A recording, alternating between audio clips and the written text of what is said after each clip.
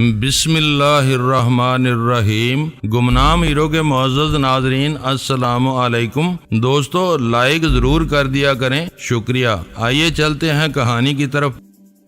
Master تم فکر نہ کرو، ڈان کا کہا ہوا ایک ایک لفظ میرے سینے پر نقش ہو جاتا ہے۔ تم سے الگ ہوتے ہی میں اپنا کام شروع کر دوں گا۔ صبح ہونے سے پہلے یہ خبر شہر بھر میں گردش میں آ چکی ہوگی کہ جو چھوٹا راجن کا دشمن نہیں ہے وہ اس کا دوست سمجھا جائے گا اور اس کے ساتھ وہی سلوک ہوگا جو چھوٹا راجن کے ساتھ ہو رہا ہے۔ اس نے مجھے ہوٹل کے قریب اتارا اور آگے روانہ ہو گیا۔ اپنے کمرے کا رخ کرنے سے پہلے میں نے ہوٹل کے کیفے میں بیٹھ کر گرم چائے کی ایک پیالی اپنے معدے میں اتاری تاکہ میرے ذہن سے LSD کے رہے سہے اثرات بھی زائل ہو جائیں۔ چائے نوشی کے بعد وہیں بیٹھ کر میں نے ایک سگریٹ ختم کی اور مطمئن ہو کر اپنے کمرے کی طرف چل دیا۔ غزالہ کے لیے یہ بات بہت زیادہ حیرت اور خوشی کا سبب بنی کہ ڈان نے میرے اور چوفان کی کارکردگی سے خوش ہو کر ہمیں 1.5 لاکھ بات کی خطیر رقم کے نقد انعام سے نوازا تھا اور اس انعام میں میرا حصہ چوفان سے دگنا تھا۔ لیگ پر تعیش گھر پر جو صورت احوال رونما ہوئی اس کے بارے میں میرے دل میں ندامت کا احساس موجود تھا۔ میں نے لی سے ملاقات کا تذکرہ سرے سے گول کر دیا۔ ویسے بھی اس وقت تک بننے والے نقشے میں اس ملاقات کی اس سے زیادہ عملی اہمیت نہیں تھی کہ اس دوران میں چوفان نے پھوم پھاٹ کو نہایت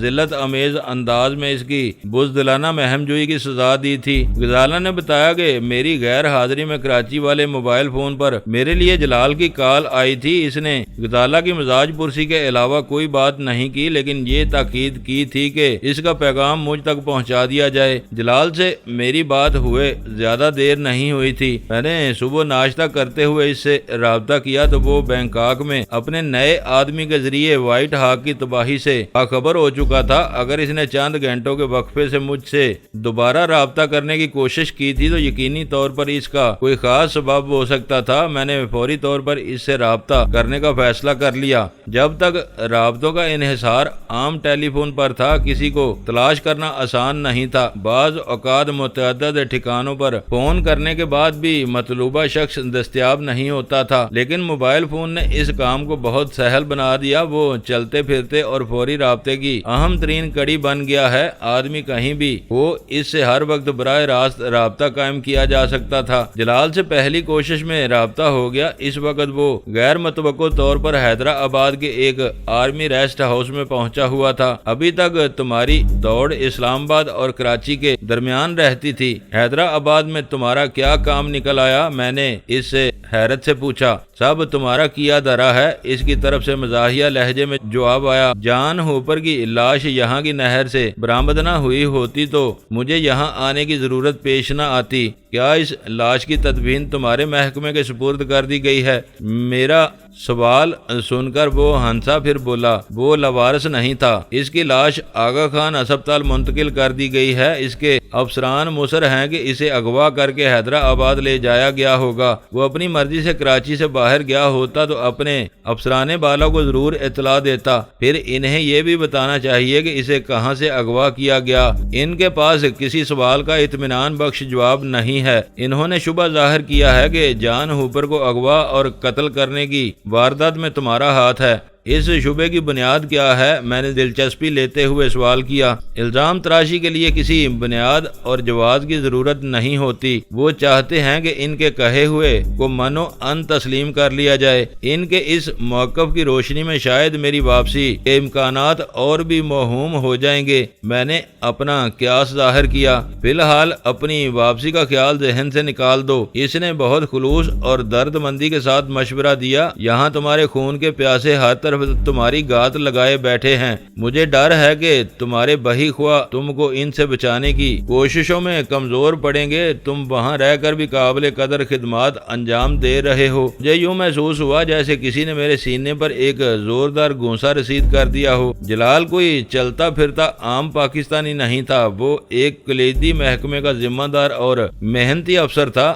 اگر وہ میری واپسی کے بارے میں اپنے تحفظات کا اظہار کر رہا تھا تو اندرونی حالات یقیناً سنگین سے سنگین تر ہو چکے تھے۔ مجھے یوں محسوس ہوا جیسے میرے ان ہمدردوں نے خیر خواہی کا مظاہرہ کرتے ہوئے مجھے ہمیشہ کے لیے ملک بدر کر دیا تھا۔ پاکستان سے میری روانگی کے وقت جو حالات پائے جا رہے تھے، وقت گزارنے کے ساتھ ان میں بہتری آنے کے بجائے خطرات بڑھ رہے تھے۔ تم کو معلوم ہے کہ میں ان لوگوں سے اپنی ذات کے لیے برسر پیکار نہیں ہوں۔ میں نے لمحہ بھر کے سکوت کے بعد کہا، میں نے جس لمحے شیعہ کے خلاف بغاوت کا علم بلند کیا، اسی لمحے میرے ذہن میں ایک بڑا مقصد، ایک عظیم مشن موجود تھا۔ میں کسی انعام کی امید یا لالچ کے بغیر آج تک اسی مشن پر کام کر رہا ہوں۔ تم میری ذرا سی بات پر جذباتی ہو رہے ہو۔ اس نے میری قطع کلامی کرتے ہوئے مضطربانہ آواز میں کہا، یہ کوئی نئی بات نہیں ہے۔ وہ جب بھی تم سے مار کھاتے ہیں تل ملا کر ایسی حرکتوں پر اتر آتے ہیں۔ ان کی حرکتیں واقعی نئی نہیں ہیں، لیکن یہ ایک نئی بات سامنے آ رہی ہے کہ اب میں جلا وطن ہوں۔ میرے خیر خواہوں کے ہاتھ بندے جا رہے ہیں، میرے ہمدردوں کی راہ میں بڑی رکاوٹیں کھڑی ہو گئی ہیں۔ یہ سب ہوتا رہتا ہے، یہ عارضی مسائل ہیں، وقت گزرنے کے ساتھ ساتھ سب کچھ بہتر ہو جائے گا۔ ان باتوں پر تم کیوں آزردہ ہو رہے ہو؟ مجھے جلال کے خلوص اور نیک نیتی پر ذرا بھی شک نہیں تھا۔ میری تشویش کا اندازہ لگا کر وہ تڑپ اٹھتا تھا، مگر میں جانتا تھا کہ جلال عقل کل نہیں ہے، نہ اسے سب کچھ کر گزرنے کا آزادانہ اختیار ہے۔ وہ اپنے محکمے کے سخت نظم و ضبط میں بندھا ہوا تھا، اپنے ہر قدم کے لیے اپنے اوپر والوں کو جواب دہ تھا۔ اس سے اوپر والے حکومت کی پالیسیوں کے قیدی تھے۔ ان پالیسیوں کے متعین کیے ہوئے دائروں سے باہر نکلنا ان کے بس کی بات نہیں تھی۔ بات یکا یک جلال اور اول خان کی ہمدردیوں سے بہت آگے بڑھ گئی تھی، اور میں یہ سوچنے پر مجبور ہو گیا تھا کہ کیا ہماری حکومت فرد واحد کی آزادی کے تحفظ کے لیے دنیا کی اکلوتی سپر پاور کے سامنے حوصلہ مندانہ موقف اختیار کر سکے گی؟ میرے ذہن کے کسی نہا خانے میں اس سوال کے جواب میں ایک بھیانک منفی گونج سنائی دے رہی تھی۔ ملک کو میری ذات سے کہیں بڑے مسائل پیش آ چکے تھے۔ ہست و بود کی اس جان لیوا کشمکش میں نے اباؤٹ ٹرن ہونے کے کئی سنگین مشاہدے کیے تھے۔ ان کے مقابلے میں میرا ہونا یا نہ ہونا رائی کے ایک دانے جتنی وقت بھی نہیں رکھتا تھا۔ جلال مجھے امید دلا رہا تھا کہ وہ عارضی مسائل تھے جو وقت کے ساتھ خود بخود حل ہو جاتے، لیکن مجھے فضا سخت مخدوش نظر آ رہی تھی۔ وقت گزرنے کے ساتھ میرے دشمنوں کے موقف میں زیادہ سختی آنے کے نمایاں آثار نظر آ رہے تھے۔ اپنے ان خدشوں کے بارے میں جلال سے بحث کرنا بے سود تھا۔ وہ وہی کچھ کہتا رہتا جو اس کے دل میں تھا۔ میں جانتا تھا کہ میری طرف سے اس کا دل آئینہ تھا، وہ میرے بارے میں کوئی غلط بات سوچ سکتا تھا، نہ امید ہو سکتا تھا۔ وہ بہت خلوص کے ساتھ سچ بول رہا تھا، لیکن اس کے الفاظ پر میرا اعتماد متزلزل ہو چلا تھا۔ میں آزردہ نہیں ہو رہا۔ میں نے اسے بحث میں پڑھنے کی بجائے ہلکی سی ہنسی کے ساتھ کہا، یہ سب چلتا رہتا ہے، میں زندگی کے ان بکھیڑوں سے گھبرانے والا نہیں ہوں۔ بات بس اتنی سی ہے کہ میں شتر مرغ کی طرح ریت میں سر ڈال کر طوفان ٹل جانے کی توقع نہیں کر سکتا۔ جو کچھ سامنے ہے اور سامنے آنے والا ہے وہ مجھے نظر آ رہا ہے۔ تم ان قصوں کو چھوڑو اور یہ بتاؤ کہ تم نے مجھے کیسے یاد کیا تھا۔ یہاں بہت دلچسپ صورت احوال پیدا ہو گئی ہے۔ میری یاد دہانی پر اس نے کہا، میں نے تمہیں بتایا تھا کہ امریکیوں کے دباؤ پر ہم نے زیر زمین دنیا سے تعلق رکھنے والے دو ماہروں کو ڈینی ہونے کے شبے میں پکڑ لیا تھا۔ ان دونوں سے امریکی ماہروں کی موجودگی میں تفتیش کی جا رہی تھی۔ تم جانتے ہو کہ ہاتھ کتنا ہی ہلکا رکھا جائے، تفتیش پھر تفتیش ہوتی ہے۔ ان دونوں نے ڈینی ہونے کا اعتراف کر لیا ہے اور اس پر اڑ گئے ہیں، امریکی چکر میں پڑ گئے ہیں کہ ان دونوں میں سے کس کے اعتراف پر یقین کریں۔ مشکل یہ ہے کہ ان کے پاس اس اعتراف کی تصدیق کا کوئی ذریعہ نہیں ہے۔ ان کے پاس تمہاری کوئی تصویر ہے، نہ فنگر پرنٹس۔ ڈینی ہونا تو آسان بات ہے، روایتی تفتیشی ذرائع کے سامنے وہ یہ اعتراف بھی کر سکتے تھے کہ وہ آدمی نہیں، خارش زدہ چوہے ہیں۔ میں نے ہنس کر جواب دیا، انہیں یہ سنگن بھی ملتی رہی ہے کہ بینکاک میں تمہاری موجودگی کے شواہد پائے جا رہے ہیں۔ اس بارے میں گولڈن ڈریگن نامی کسینو میں لیزر شعاعوں کی زد میں آ کر ہلاک ہونے والے محافظ کا ذکر ہو رہا ہے۔ ان کی سمجھ میں نہیں آ رہا کہ تمہیں پاکستان میں ڈھونڈا جائے یا تلاش کی اس مہم کو بینکاک منتقل کر دیا جائے۔ یہ تذبذب انہیں کسی سمت میں پیش رفت کرنے نہیں دے گا۔ ان کے پاس اب ایک ہی راستہ رہ گیا ہے کہ انہیں جس کسی پر ڈینی ہونے کا شبہ ہو اسے خاموشی سے مروا دیں۔ CIA ایسے خفیہ کاموں میں خاصی شہرت رکھتی ہے۔ میں نے جلال کی بتائی ہوئی صورتحال سے دل ہی دل میں محظوظ ہوتے ہوئے جواب دیا، سب کچھ کر لینے کے باوجود وہ تمہاری طرف سے بہت زیادہ پریشان ہیں۔ غنیمت یہ ہے کہ یہاں ابھی تک ان سے میرا ٹکراؤ نہیں ہوا۔ ان سے ہوشیار رہنا، جلال نے تاکید کی۔ ان دونوں کے اعترافات کے بعد اب امریکیوں کو ایک نئی راہ سوجی ہے۔ وہ لاہور میں تمہارے کالج کے پرانے ریکارڈ کی چھان بین کے امکان پر غور کر رہے ہیں۔ ہو سکتا ہے کہ وہ وہاں سے تمہاری کوئی پرانی تصویر حاصل کر کے اس پر کام کرنے کا ارادہ رکھتے ہوں۔ اچھا ہوا کہ تم نے مجھے موجودہ حالات اور امکانات سے آگاہ کر دیا۔ مجھے محسوس ہو رہا ہے کہ اب مجھے اپنے مستقبل کے بارے میں از سر نو کچھ سوچنا ہوگا۔ وقت گزرنے کے ساتھ انسان میں بہت سی تبدیلیاں رونما ہوتی ہیں، لیکن اس کے بنیادی خد و خال بڑھاپے تک جوں کہ توں رہتے ہیں۔ تمہاری پرانی تصویر مل گئی تو ان کے ماہرین سائنسی بنیادوں پر اس پر کام کریں گے۔ وہ تمہارا کوئی بہتر خاکہ تیار کرنے میں کامیاب ہو گئے تو تمہارے لیے مشکلات بڑھ سکتی ہیں۔ مجھے کچھ ایسا اندازہ ہوا جیسے مجھ سے اس موضوع پر بات کرنے تک جلال کو بھی اندازہ نہیں تھا کہ میری کسی پرانی تصویر کا امریکیوں کے ہاتھ لگنا کتنا خطرناک ثابت ہو سکتا تھا۔ جو ہوگا دیکھا جائے گا، میں نے ایک نئے عزم کے ساتھ کہا۔ تم ان سے رابطے میں رہو اور مجھے تازہ ترین حالات سے باخبر کرتے رہا کرو۔ میری پوری کوشش ہے کہ میں اس کڑے وقت کو ٹال سکوں۔ اس کی طرف سے جواب آیا، مجھے تمہارے ساتھ ویرا کی بھی فکر لگی رہتی ہے۔ موقع ملتا ہے تو اس سے بھی بات کر لیتا ہوں۔ پتہ نہیں وہ اور اس کا ساتھی کس حال میں ہے۔ 2 روز سے اس کا فون بند ہے۔ جب نمبر ملاتا ہوں ریکارڈنگ سنائی دیتی ہے کہ مطلوبہ نمبر سے جواب نہیں مل رہا۔ اس نے ویرا کا ذکر ضمنی طور پر کیا تھا۔ ویرا کا فون بند ہونے کے بارے میں اس کی بات سن کر میرے کان کھڑے ہو گئے اور مجھے تشویش ہونے لگی۔ 2 روز سے اس سے میری بھی کوئی رابطہ نہیں ہوا تھا۔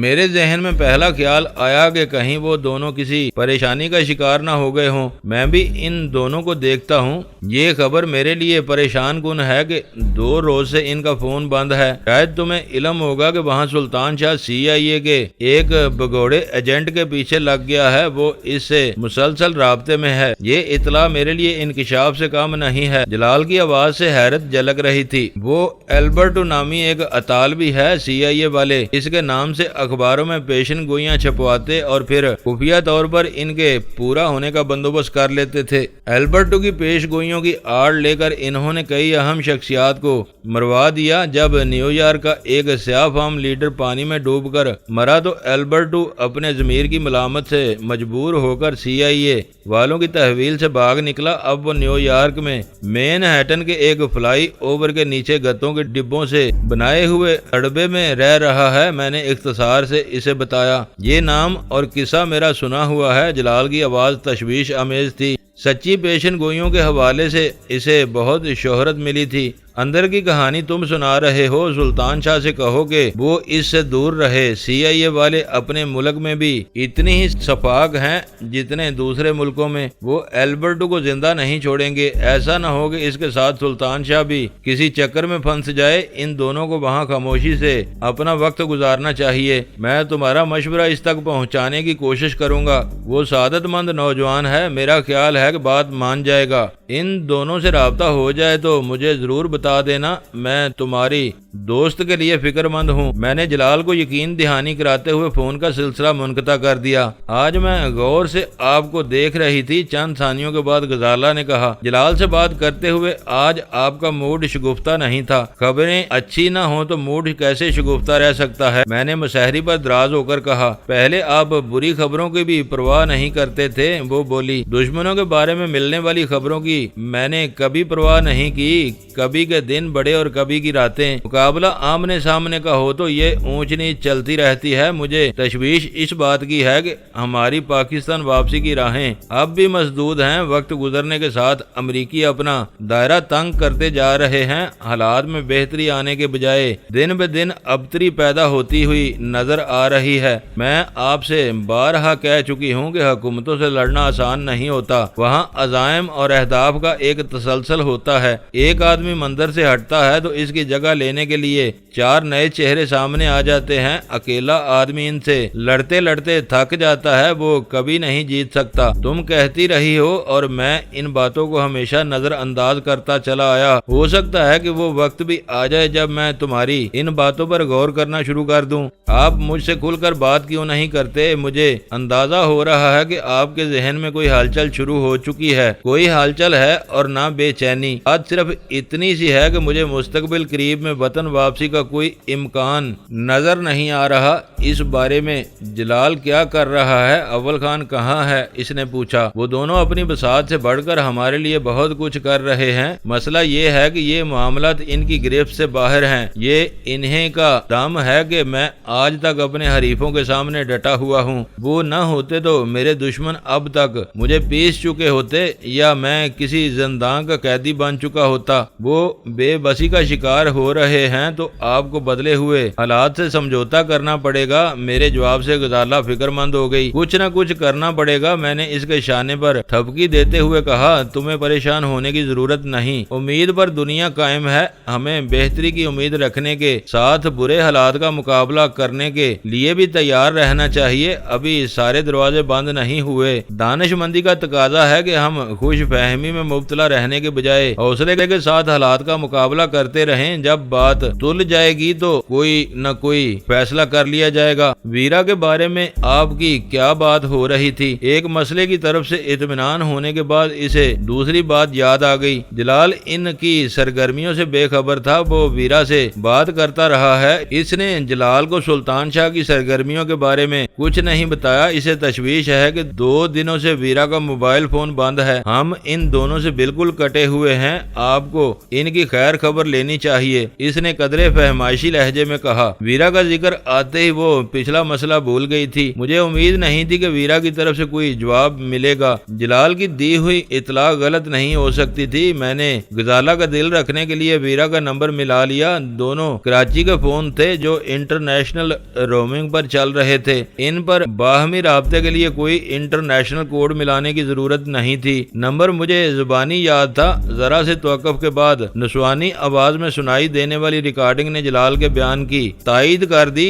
ویرا کا فون بند تھا۔ اس وقت مجھے افسوس ہوا کہ ویرا سے کئی بار گفتگو ہونے کے باوجود میں نے اس سے یہ جاننے کی کوشش نہیں کی تھی کہ وہ نیو یارک کے کس ہوٹل میں ٹھہری ہوئی تھی۔ ان دونوں کے ہوٹل کا نام یا فون نمبر معلوم ہوتا تو ان سے رابطے کی متبادل صورت پیدا ہو سکتی تھی۔ میں اپنے مسائل کو بھول گیا۔ ذہن پر ان کی طرف سے تشویش سوار ہو گئی۔ مجھے رہ کر جلال کے اس اندیشے کا خیال آنے لگا کہ ایلبرٹو کے چکر میں سلطان شاہ CIA والوں کے کسی چکر میں پھنس سکتا تھا۔ آدمی کے سامنے کوئی بڑے سے بڑا مسئلہ درپیش ہو، وہ اس کے حل کے لیے سر توڑ کوششوں میں لگا رہتا ہے اور کسی نتیجے پر پہنچ کر دم لیتا ہے جب مسئلہ نظر آ رہا ہو اور اس کے حل کے بارے میں کوئی قدم اٹھانے کی گنجائش نہ ہو تو ذہنی دباؤ، بے چارگی اور اعصابی کشیدگی کی ایک ناقابل برداشت کیفیت طاری ہونے لگتی ہے۔ جلال سے فون پر بات ہونے کے بعد میں مسلسل اسی کیفیت سے دوچار رہا۔ شام ہوتے ہوتے میرا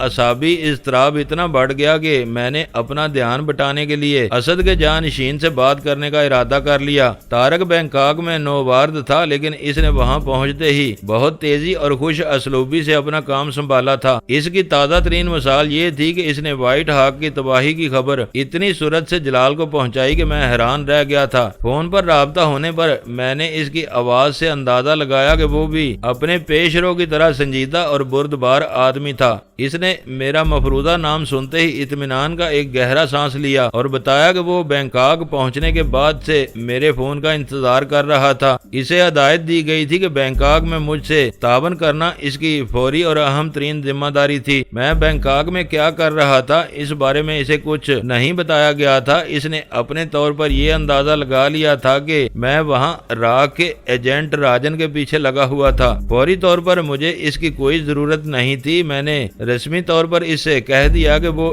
شہر میں موتی محل کی خیر خبر رکھے اور ہو سکے تو مجھے راجن کی مصروفیات سے آگاہ کرتا رہے۔ اسے یہ بتانے کی ضرورت نہیں تھی کہ ہوٹل کا فون ہماری گفتگو کے لیے محفوظ نہیں تھا۔ طارق سے گفتگو ہونے کے بعد میرے ذہن میں دوبارہ ویرا اور سلطان شاہ کا خیال سر ابھارنے لگا۔ پچھلی رات سے اس شام تک میں نے چوفان کے ساتھ کافی وقت گزارا تھا۔ اس سے دوبارہ چھیڑ چھاڑ کی کوئی گنجائش نہیں تھی۔ میں نے غزالہ کو تیار ہونے کی ہدایت دی اور اسے ساتھ لے کر شہر کی کوچہ نوردی کے لیے نکل کھڑا ہوا۔ ہمیں بینکاک آئے کافی دن ہو چکے تھے، لیکن اپنی مخصوص مصروفیات اور حالات کی بنا پر مجھے شہر کو زیادہ جاننے کا موقع نہیں مل سکا تھا۔ پھر بھی گولڈن ڈریگن کسینو اور بیبی کلب شہر کے مصروف مقامات تھے۔ سیر کے دوران میں ہم ٹیکسی کے ذریعے ان دونوں مقامات تک گئے اور مجھے یہ دیکھ کر خوشی ہوئی کہ راجن کے وہ دونوں ٹھکانے کھلے ہوئے نہ ہونے کے باوجود ویران پڑے ہوئے تھے۔ وائٹ ہاک کی غرقابی کے واقعے نے بینکاک کے رنگین مزاج طبقے کو راجن کی تفریح گاہوں سے دور رہنے پر مجبور کر دیا تھا۔ ہم نے پیٹ پونگ کے علاقے کے وہ دونوں ہوٹل بھی دیکھے جنہیں راجن کے آدمیوں نے آگ لگا دی تھی۔ وہ واقعہ تازہ تھا، وہاں تماشائیوں کی بھیڑ جمع تھی، دونوں گلیوں میں خوف و ہراس کی فضا پائی جا رہی تھی۔ الگ الگ گلیوں میں واقعہ دونوں ہوٹل جل کر راکھ ہو چکے تھے، ان سے متصل دکانوں کو بھی آگ نے نقصان پہنچایا تھا۔ پولیس وہاں اپنی رسمی کارروائی کر کے واپس جا چکی تھی۔ ہوٹل وغیرہ کے مالک اور ملازمین سرد ہوتے ہوئے ملبے میں سے باقیات جمع کرنے میں لگے ہوئے تھے۔ یہ دونوں بیچارے ناگہانی مارے گئے۔ غزالہ نے وہاں سے نکلتے ہوئے متاسفانہ لہجے میں تبصرہ کیا، کسی نہ کسی کی شامت آنی تھی۔ کیا یہ اچھا نہیں ہوا کہ اس خبیث نے اپنے ہم وطنوں کو نقصان پہنچایا ہے؟ میں نے سوال کیا۔ ایسے لوگوں کے لیے کسی چیز کی کوئی اہمیت نہیں ہوتی، یہ بے ضمیر ہوتے ہیں، اندھے ہو کر اپنی راہ میں آنے والی ہر رکاوٹ کو روند ڈالتے ہیں۔ غزالہ نے حقارت سے کہا، اپنے مفادات کی خاطر یہ اپنے اور پرائے میں کوئی تمیز نہیں کرتے۔ جب ہم ایک صاف ستھرے ہوٹل میں کھانا کھانے کے لیے بیٹھے تو غزالہ نے اچانک لی کا ذکر نکال لیا۔ وائٹ ہاک کے پیندے میں بام لگانے والی سے کام نکالنے کے بعد آپ نے اسے بالکل بلا دیا۔ وائٹ ہاک کے ڈوبنے سے اسے جھٹکا لگا ہوگا، وہ خود بھی راجن کے خون کی پیاسی ہے۔ میں نے اس کی آنکھوں میں جھانکتے ہوئے کہا، سب کچھ اس کی نظروں کے سامنے ہوا۔ لانچ کے انجام پر وہ بہت خوش تھی، ایسی دلیر اور حوصلہ والی عورت ہے، غزالہ نے تعریفی لہجے میں کہا۔ ڈان نے اسے لمبی گھوڑی کا لقب دیا ہے، میں نے اسے آگاہ کیا۔ اچھا لقب ہے، گھوڑا وفادار جنگی سواری کہلاتا ہے، وہ سر ہلا کر بولی۔ میں نے خاموشی اختیار کر لی۔ غزالہ سے لی کے بارے میں بات کرتے ہوئے میرے دل کا چور مجھے ستا رہا تھا۔ غزالہ میری بیوی تھی، شاید اس کی چھٹی حص نے اس بارے میں کچھ سمجھا دیا تھا۔ وہ کھانے کے دوران بھی جان بوجھ کر اس کا ذکر کرتی رہی اور میں ہوں ہاں کر کے اسے مختصر ترین جوابات پر ٹالتا رہا۔ مجھے یوں محسوس ہو رہا تھا جیسے وہ میری زبان سے کوئی اعتراف سننے کی امید میں لی کی باتیں نکال رہی ہو۔ ہم کھانے کے بل کی ادائیگی کر کے ہوٹل سے باہر نکلے تو غزالہ کے ذہن پر لی سوار تھی۔ وہ کہہ رہی تھی، کیا بات ہے، آپ اس کے بارے میں کھل کر بات کرنے سے ہچکچا رہے ہیں؟ اس نے بہت بڑا کام کیا ہے جو میرے لیے مشکل اور چاؤفان کے لیے ناممکن تھا۔ پورے منصوبے میں اس کی حیثیت اس مزدور جیسی تھی جو ایک فلک بوس عمارت کے لیے پتھریلی زمین میں بنیاد کھودتا ہے۔ میں نے زچ ہو کر ذرا وضاحت کے ساتھ کہا، تم عمارت کی تعمیر کا سہرا اس مزدور کے ساتھ باندھنے کی کوشش کر رہی ہو، حالانکہ سارا کمال آرکیٹیکٹ کا ہوتا ہے۔ اس کے بارے میں اتنا سر کھپانا بے سود ہے۔ کبھی کبھی آپ بیرا کے بارے میں بھی مبہم رویہ اختیار کر لیتے ہیں۔ اس نے سرسری لہجے میں ایک گہرا طنز کیا۔ میں ڈر رہی تھی کہ اس عورت نے آپ سے دوستی بڑھانے کی کوشش نہ کی ہو اور آپ اسے ٹال آئے ہوں۔ غزالہ، کوئی اور بات کرو، میں نے اس کی بات کاٹ کر کہا۔ لی کی باتیں کرتے کرتے میرا سر دکھنے لگا ہے۔ ویرا کا اس سے کوئی مقابلہ نہیں ہے، وہ ایک بازاری عورت ہے۔ چاؤفان نے اسے ہوشیاری سے اپنے مطلب کے لیے استعمال کیا اور بات ختم ہو گئی۔ اسے اپنے کام کے لیے 30,000 بات ادا کیے گئے ہیں۔ آپ نے ساحل سے لوٹنے کے بعد لی کی ہمت اور حوصلے کی تعریف ضرور کی تھی، یہ سب نہیں بتایا تھا۔ اس نے میرے تیور دیکھتے ہوئے فوری طور پر معذرت خواہانہ انداز اختیار کر لیا۔ اگر وہ کوئی بازاری عورت ہے تو بات ہی ختم ہو جاتی ہے، اب آپ میری زبان سے اس کا ذکر نہیں سنیں گے۔ اور وہ بات واقعی وہیں ختم ہو گئی۔ سلطان شاہ سب وے اسٹیشن کی سیڑھیاں طے کر کے فٹ پاتھ پر آیا تو اس کا موڈ بہت خوشگوار تھا۔ اسے امید تھی کہ اس دن البرٹو اسے زیادہ وقت دے گا اور وہ اس سے کچھ ایسی باتیں اگلوانے میں کامیاب ہو جائے گا جو اس کے لیے کارآمد ثابت ہوں گی، اور وہ ویرا کے ساتھ مل کر CIA کے مفادات کو قابل ذکر نقصان پہنچانے میں کامیاب ہو جائے گا۔ اس نے پہلے دن ہمدردانہ جذبات سے مغلوب ہو کر البرٹو کے اوندے رکھے ہوئے ہیٹ میں $1 کا سکہ ڈالا تو یہ بات اس کے وہم و گمان میں بھی نہیں تھی کہ البرٹو اس کے لیے اہم اور کارآمد آدمی ثابت ہو سکے گا۔